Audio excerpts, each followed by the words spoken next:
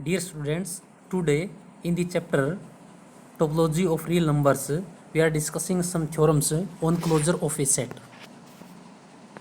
First theorem, closure of a set A is a superset of A. That is, closure of A is superset of A.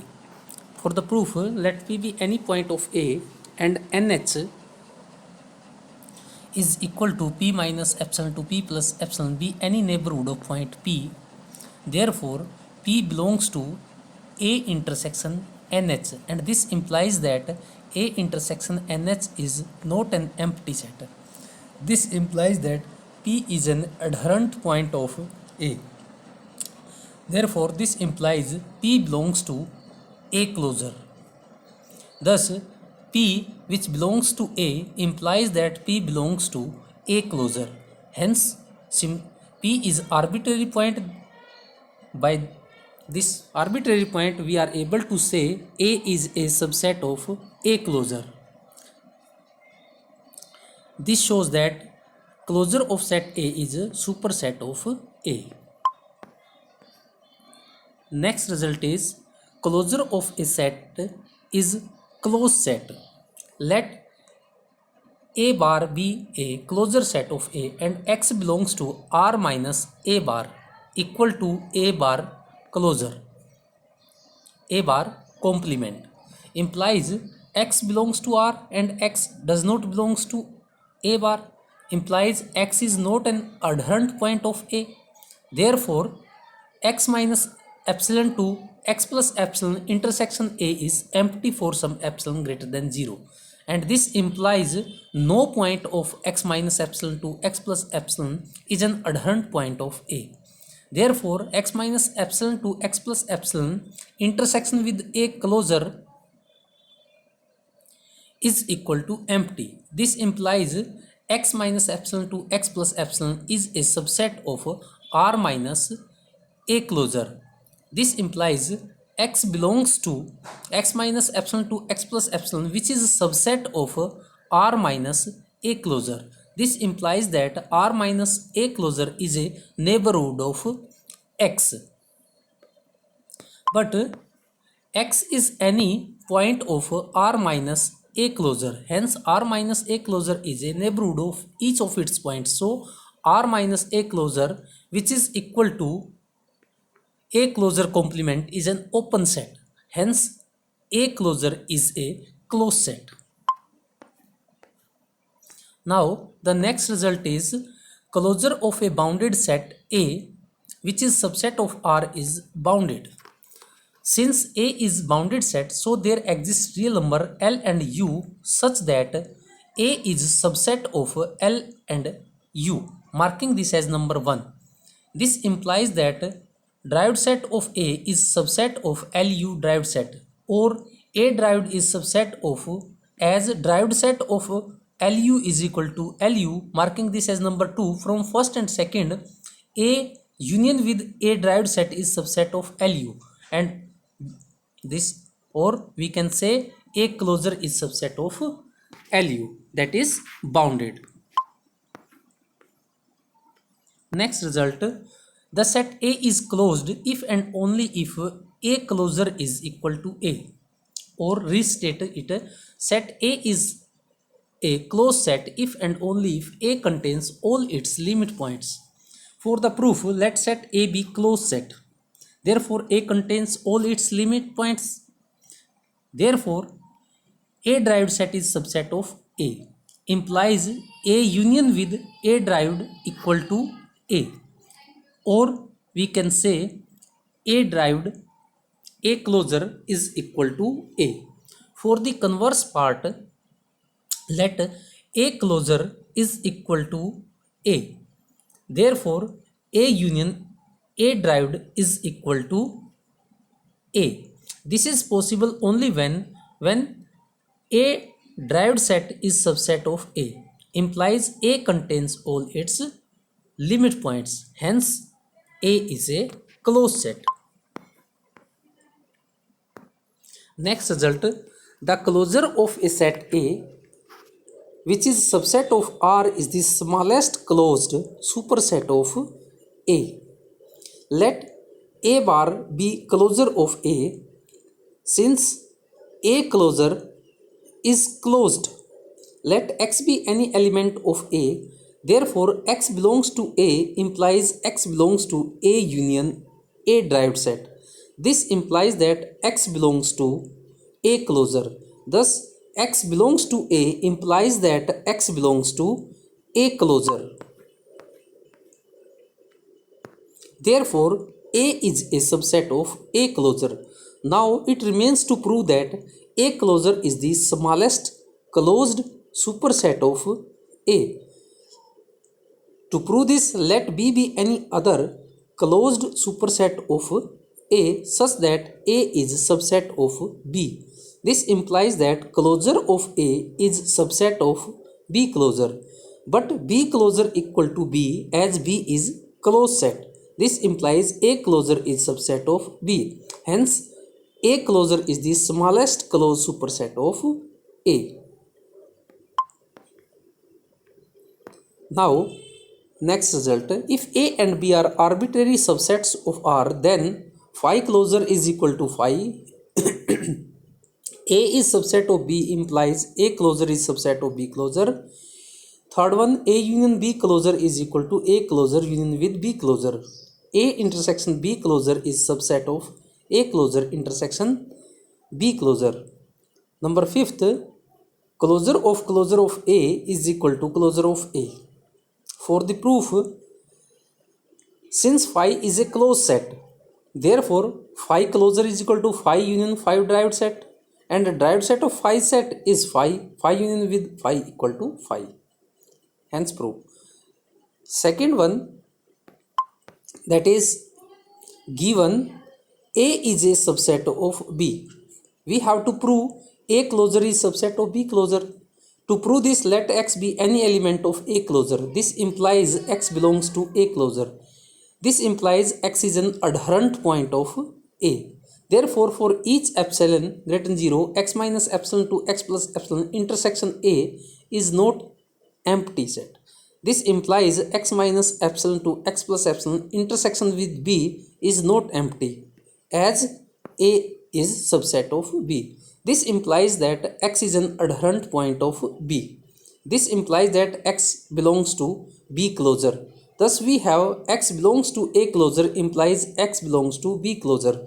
Hence, A closure is subset of B closure. Now, the third one, we have A is subset of A union B, and B is also subset of A union B.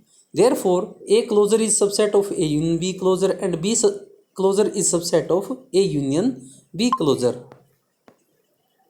This implies that making union A closure union B closure is subset of A union B closure, marking this as number 1. Now, it remains to prove that A union B closure is subset of A closure union B closure. To prove this, let X be any element of A union B closure. This implies that X is belongs to A union B closure. This implies X is an adherent point of A union B. Now, using the definition for adherent point, therefore there exists a neighborhood Nx of X such that Nx intersection with A union B is not an empty set. Implies Nx intersection A union with Nx intersection with B is not empty. Therefore, either Nx intersection A is not empty or Nx intersection B not empty. This implies X is an adherent point of A or X is an adherent point of B. This implies X belongs to A closure or X belongs to B closure. This implies X belongs to A closure union with B closure. Thus, X belongs to A union B closure implies that X belongs to A closure union with B closure. Therefore, A union B closure is subset of A closure union B closure, marking this as number 2. Now, from first and second, we have A union B closure is equal to A closure union with B closure. Now, the fourth one, we have A intersection B is subset of A, and A intersection B is subset of B. Therefore, A intersection B closure is subset of A closure and A intersection B closure is subset of B closure. This implies A intersection B closure is subset of A closure intersection B closure. Now, making the note, the relation A intersection B closure is subset of A closure intersection B closure cannot be replaced by equality. For example, let A is equal to 3 to 4 and B is equal to 4 to 5. A closure will be 3 to 4 and B closure will be 4 to 5. Therefore, A closure intersection B closure will be equal to singleton 4. But A intersection B is equal to 3 to 4 intersection with 4 to 5 is empty. Therefore, their closure is empty. Hence, they are not equal. Now, number fifth one, as A closure is a closed set. Therefore, A closure contains all limit points of A closure. Therefore, A closure derived set is subset of A closure, marking this as number 1. Now, closure of A is equal to A closure union with A closure derived set, and this is equal to A closure using first here. Therefore, closure of A is equal to closure of A. Now, the next result, that is the supremum and infimum of a set A are also supremum and infimum of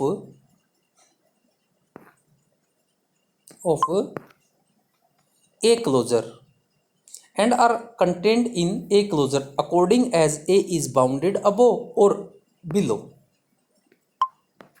Now, making proof, suppose that set A is bounded above and U is supremum of A. Case first, when U belongs to A, U belongs to A implies U belongs to A union A derived set. This implies U belongs to A closure. Case second, when U does not belongs to A, as U is an upper bound of A and for each epsilon greater than 0, U minus epsilon is not an upper bound of set A. Therefore, there exists some x belongs to A such that U minus epsilon will be less than x and x is less than by U. Thus, U minus epsilon to U plus epsilon is a neighborhood of U and contains x of A other than U. Therefore, U is a limit point of A and so U belongs to A derived set. Therefore, U belongs to A derived union A implies U belongs to A closure. In both the cases, supremum of A belongs to A closure. Now, A is a bounded set implies A closure is also bounded set. Now, let U1 be supremum of A closure as proved above. U1 belongs to A closure and again closure, or U1 belongs to A closure as A is a subset of A closure. Therefore, supremum of A is less than equal to supremum of A closure, or U is less than equal to U1. Suppose U is less than U1, then U1 does not belongs to A. Take delta equal to U1 minus U divided by 2 greater than 0. Then U1 minus delta to U1 plus delta is a neighborhood of point U1 and contains no point of A other than U1. Therefore, U1 is not a limit point of A. Hence, U1 does not belongs to A derived set and so U1 does not belongs to A union A derived set, or U1 does not belongs to A closure, which is a contradiction. Therefore, U is less than U1 is not true. Hence, U is equal to U1. Therefore, supremum of A closure is equal to supremum of A and is contained in A closure. Similarly, we can prove that infimum of A closure is equal to infimum of A and is contained in A bar. Now, taking some problems, that is, Find the derived set and closure set of the set S equal to 1 plus minus 1 raised to power n divided by n such that n belongs to n.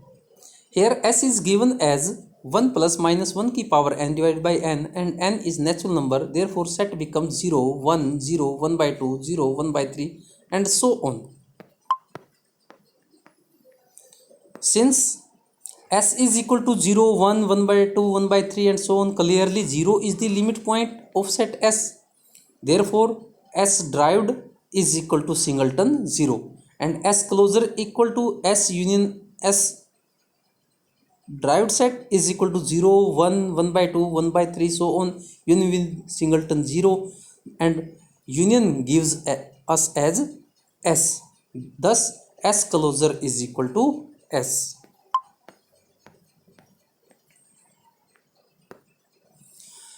Example 5th, if X is a limit point of A and A is a subset of B, then X is also a limit point of B. Since A is subset of B, therefore A derived set is subset of B derived. Reference theorem 1.22.21. As X is a limit point of A, therefore X belongs to A derived. Using first, we get X belongs to B derived also. Hence, X is a limit point of B. If A and B are subsets of R, then show that X belongs to R is a limit point of A union B if and only if X is a limit point of A or X is a limit point of B. For the solution, we have A union B derived set is equal to A derived union B derived. Marking this as number 1, and this is from reference of theorem 1.22.2 second part. Let X be a limit point of A union B. This implies X belongs to A union B derived set. This also implies X belongs to A derived union B derived. This implies X belongs to A derived or X belongs to B derived. This implies X is a limit point of A or X is a limit point of B. Converse part, let X be a limit point of A or X is a limit point of B. If we suppose this implies X belongs to A derived or X belongs to B derived. This also implies X belongs to A derived union B derived, and this implies X belongs to A union B derived.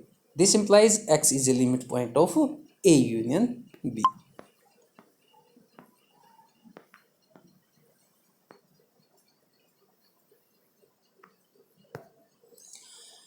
Example 8th, verify Bolzano-Weierstrass theorem for the set A equal to minus 1 raised to power n into n by n plus 1, where n belongs to set of natural number.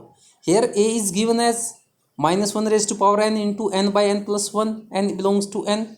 Simplifying this, value will be minus 1 by 2, 2 by 3, minus 3 by 4, 4 by 5, minus 5 by 5, 6 by 7. As the x is between minus 1 to 1 for all x belongs to A. Therefore, A is an infinite bounded set, as every neighborhood of 0 contains infinitely many elements of A. Therefore, 0 is a limit point of A. Hence, Bolzano-Weierstrass theorem is verified. Show that every finite set is closed. Let A be a finite set. Since A has no limit point and A derived is empty, this implies A contains all its limit points and therefore A is a closed set. Now example 10th, show that every singleton set is a closed set. As A singleton, let A is equal to singleton A. Therefore A derived set is empty and so A derived is subset of A. A contains all its limit points. Hence, A is closed. Show that set Z of integers is a closed set. We know that Z derived set is empty set, and so Z derived set is subset of Z. Thus, Z contains all its limit points. Z is closed. Show that every infinite bounded set of real numbers has a limit point. Does this result hold for the system of rational numbers? Now for the solution, let A be an infinite bounded subset of real numbers with bounds as m is equal to infimum of A and capital M is supremum of A. Therefore, we can say that every element of A is between M and M, marking this as number 1. We define a set of real numbers as follows: t equal to x such that x exceeds only a finite number of elements of A, marking this as number 2. Now from 2 it follows that x belongs to T implies and their correspondence x is greater than may be equal to only a finite number of elements of A, marking this as number 3. Or we can say x is less than equal to infinite number of elements of A, marking this statement as number 4. Now from first and fourth we see that M belongs to T and so T is not an empty set. From first M is greater than equal to x, where x is any element of infinite set A. Now from third, y belongs to T implies y is greater than equal to only a finite number of elements of A. Therefore M is greater than equal to y for all y belongs to T, implies M is an upper bound of set T. Now T is non-empty bounded above subset of R. Therefore by completeness property of reals, T has a least upper bound. Let U be a least upper bound of set T. Therefore for each epsilon greater than 0, U plus epsilon does not belongs to T. Using third, we get U plus epsilon is greater than equal to infinite number of elements of A, marking this as number 5. Again, U is least upper bound of set T and so U minus epsilon is not an upper bound of T. Therefore there exists some x1 belongs to T such that U minus epsilon is less than by x1, but x1 belongs to T implies x1 is less than equal to infinite number of elements of A. Therefore U minus epsilon is less than x1 less than is infinite number of elements of A, marking this as number 6. Now from 5th and 6th we have U minus epsilon to U plus epsilon contains infinite number of elements of A. Thus U is a limit point of set A. Hence the result. This result does not hold for the system of rational numbers, as system of rational numbers is not bounded. Complete exercise 1.3. Now the next definition for compact set. A non-empty set A which is subset of set of real number is said to be compact set if it is closed and bounded. Set is said to be compact when it is closed and bounded. Making some illustration, the closed interval A to B is a compact set. Let I equal to A to B and therefore its complement is A to minus infinity union with B to infinity, as union of two open sets is open. Therefore A complement is an open set, so I is closed set. Also x is between A and B for all x belongs to A to B. Therefore I is bounded set, hence I is a compact set. Now I equal to 3 to 4 union with 5 to 6 is a compact set, as union of finite number of closed sets is closed. I is a closed set. Also x is lying between 3 to 6 for all x belongs to I. I is also bounded and hence I is a compact set. Now number third, I equal to 3 to 5 intersection with 4 to 5 is a compact set, as intersection of arbitrary family of closed sets is closed, so I is a closed set. Again I is intersection giving a singleton set, but singleton set 4 is bounded set, hence I is compact. Number 4, every finite set is compact set, as every finite set is closed and bounded. Intervals 1 A to B, A to B, semi open, semi closed, semi open, semi closed are not compact, as these are not closed although they are bounded. Number 6, union of finite number of compact set is compact. Number 7, intersection of any family of compact set is compact. Number 8, set R is not compact, as set R is not bounded. Set Q is not compact, as it is neither closed nor bounded. Number 10, sets n and z are not compact, both being not bounded but closed. Cover and open cover. Let A be a subset of R, the family A lambda such that lambda belongs to indexing set of subsets of R is said to be a cover of set A if A is subset of their union. Now making remark, if indexing set is finite set, then the cover A lambda belongs to indexing set is said to be a finite cover, and if indexing set is an infinite set, then the cover this is said to be infinite cover. Now open cover. Let A be a subset of R, the family A lambda such that lambda belongs to indexing set of open subsets of R is said to be an open cover of A if A is subset of union of A lambda, lambda belongs to indexing set. Next definition for subcover.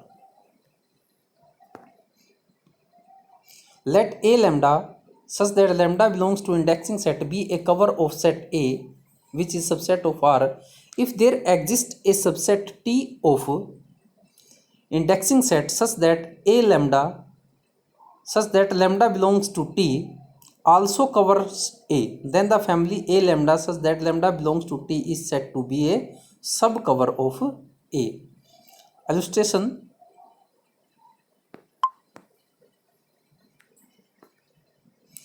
Consider a set A which is equal to 4 to 5, the family AX such that having X such that X belongs to 4 to 5 is a family of subsets of R and is cover of set A as A is subset of union of AX. Let n be the set of natural numbers. The family an equal to n minus 1 by 3 to n plus 1 by 3 such that n belongs to n is a family of open subsets of R. Also n is subset of their union. Hence the family n belongs to n is an open cover of n. Now next, Henne-Borel property. The set A which is subset of R is said to possess the Henne-Borel property if every open cover of A has a finite subcover. This is said to be Henne-Borel property. Henne-Borel theorem: every open cover of a compact set has a finite subcover. In order to prove the theorem, we first prove the following lemma. Lemma is, if a set A which is subset of R satisfies the Henne-Borel property, then any closed subset of A also satisfies the Henne-Borel property.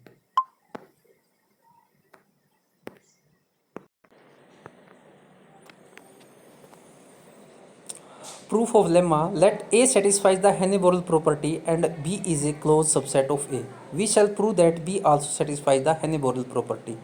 Let A lambda belongs to indexing set is an open cover of B. Therefore B is subset of union of A lambda belongs to indexing set, marking this as number 1.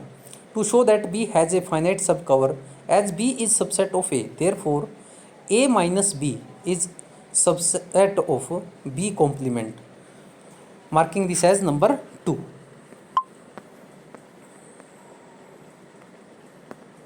From first and second, B union A minus B is subset of union of A lambda belongs to indexing set, and union with B complement, or A is subset of union of A lambda union with B complement, marking this as number 3. As B is a closed set, therefore B complement is an open set. Thus 3 suggests that union of A lambda belongs to indexing set, union with B complement is an open cover of A. But A satisfies the Henne-Borel property, therefore this open cover of A reduces to a finite subcover. In other words, there exists sets A lambda 1, A lambda 2, A lambda n such that A is subset of A lambda 1 union with A lambda 2, so on A lambda n union with B complement, or B is subset of A lambda 1 union B lambda 2 union with so on A lambda n union with B complement, as B is subset of A. or B is subset of A lambda 1 union A lambda 2 union with so on A lambda n. Since B intersection with B complement is empty, it shows that open cover A lambda such that lambda belongs to indexing set of B reduces to a finite subcover, hence the lemma. Now the proof of the theorem: let A is subset of R be a compact set. Therefore, A is closed and bounded and attain its bounds. Refer theorem 1.22.8. Let L and U be greatest lower bound and least upper bound of set A respectively. Therefore, we can say X will be between L and U for all X belongs to A, or A is subset of LU. Case first, when L equal to U. In this case, set A is singleton set and every open cover of A has a finite subcover. Now, case second, when L is not equal to U. If possible, suppose that L to U does not satisfy Henne-Borel property. Therefore, there exists a family T of open sets which covers I equal to L to U, but no finite subfamily of T covers I. Divide interval I into two equal closed subinterval I1 and I2, where I1 is equal to L plus U by 2 and I double dash is equal to L plus U by 2 to U. Then either I dash or I double dash is not covered by finitely many members of T. We call this interval as I1. Again we divide the interval I1 into two equal subintervals I1 dash and I1 double dash. Then either I1 dash or I1 double dash is not covered by finitely many members of T. We call this interval as I2. Continuing like this, we get a sequence of closed intervals. I is superset of I1, I1 is superset of I2, so on. In plus 1 is subset of In for all n. Length of interval I is U minus L. Length of interval I2 is half of U minus L. Continuing like that, length of interval In is 1 by 2n U minus L. As n tends to infinity, length of In tends to 0. By nested interval of property, intersection of In, n is from 1 to infinity equal to singleton set. Say this singleton to be singleton axi. Therefore, axi belongs to each of the interval In, or axi belongs to the interval. As T is an open cover of I, so there exists an open set B belongs to T such that axi belongs to B. As B is an open set, so B is neighborhood of all of its points. Thus B is a neighborhood of point axi. Therefore, there exists an epsilon greater than 0 such that axi minus epsilon to axi plus epsilon is subset of B. As length of In tends to 0 as n tends to infinity, therefore we choose a natural number m such that length of Im is less than epsilon. Thus Im is subset of axi minus epsilon to axi plus epsilon, which is subset of B. This shows that interval Im is covered by a member of B of T, which is a contradiction to the result that Im is covered by finitely many members of T. Hence, I satisfy the Henne-Borel property. Therefore, every open cover of I has a finite subcover, but A is closed subset of I. Hence, every open cover of A has a finite subcover.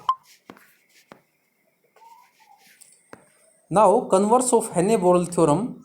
Every set satisfying the Henne-Borel property is a compact set. Let us suppose that set A subset of R satisfy the Henne-Borel property. The family minus n to n such that n belongs to n is a family of open sets and is a open cover of A which is subset of R. As A satisfies the Henne-Borel property, therefore this family has a finite subcover. Hence, there exists finite number of natural numbers n1, n2, nk such that A is subset of union of minus ni to ni, I is from 1 to k, or A is subset of minus nk to nk, where nk is equal to maximum of n1, n2, nk. This shows that A is a bounded set. Now it remains to prove that A is closed set. Let Y be any element of A complement and x be any element of A, if epsilon is equal to half of x minus y, then x minus epsilon to x plus epsilon and y minus epsilon to y plus epsilon are open neighborhood of x and y such that their intersection is empty as x is any element of A. Therefore, the family x minus epsilon to x plus epsilon x belongs to A is an open cover of A. Also, A satisfy Henny-Borel property. So, the open cover x minus epsilon to x plus epsilon x belongs to A of A has a finite subcover of A. Therefore, A is a subset of union of this open sets. But for each xi minus epsilon to x plus xi plus epsilon, there is an open neighborhood yi minus epsilon to yi plus epsilon of y such that their intersection is empty. Let intersection of these yi minus epsilon to yi plus epsilon I from 1 to n is equal to v. Here v is not empty and v intersection A is equal to empty.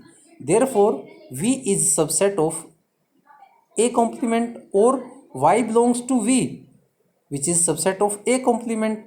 This implies A complement is neighborhood of point y, but y is any member of A complement. Thus, A complement is an open set, therefore A is closed set. Hence, we have shown that A is closed and bounded set, and so A is compact set.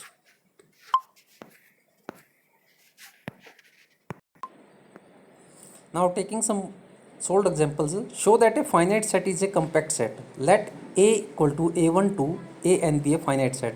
Suppose that the family A lambda such that lambda belongs to indexing set is an open cover of A. Therefore, A is subset of union of A lambda. Let A1 equal to AK1, A2 belongs to AK2, An belongs to Akn. Therefore, A is a subset of union of Aki. I is from 1 to n. This shows that open cover of A has a finite subcover, hence A is a compact set. Now, next one, show that union of a finite family of compact set is compact. Let A lambda is from 1 to n be a finite family of compact sets. Therefore, each A lambda is closed and bounded as finite union of closed sets is closed. Therefore, union of A lambda is from 1 to n is a closed set since each A lambda is bounded. Therefore, A lambda is subset of some closed interval A lambda to B lambda. Lambda is from 1 to n. Let L equal to minimum of A1, A2, An and U equal to maximum of B1, B2, Bn. Therefore, A lambda is subset of L to U for each lambda from 1 to n, or union of A lambda is from 1 to n is subset of L to U. Implies union of A lambda is from 1 to n is a bounded set. From first and second, union of A lambda is from 1 to n is a compact set. Dear students, try exercise and solve the problems. If you have any problem, then discuss with me. Thank you.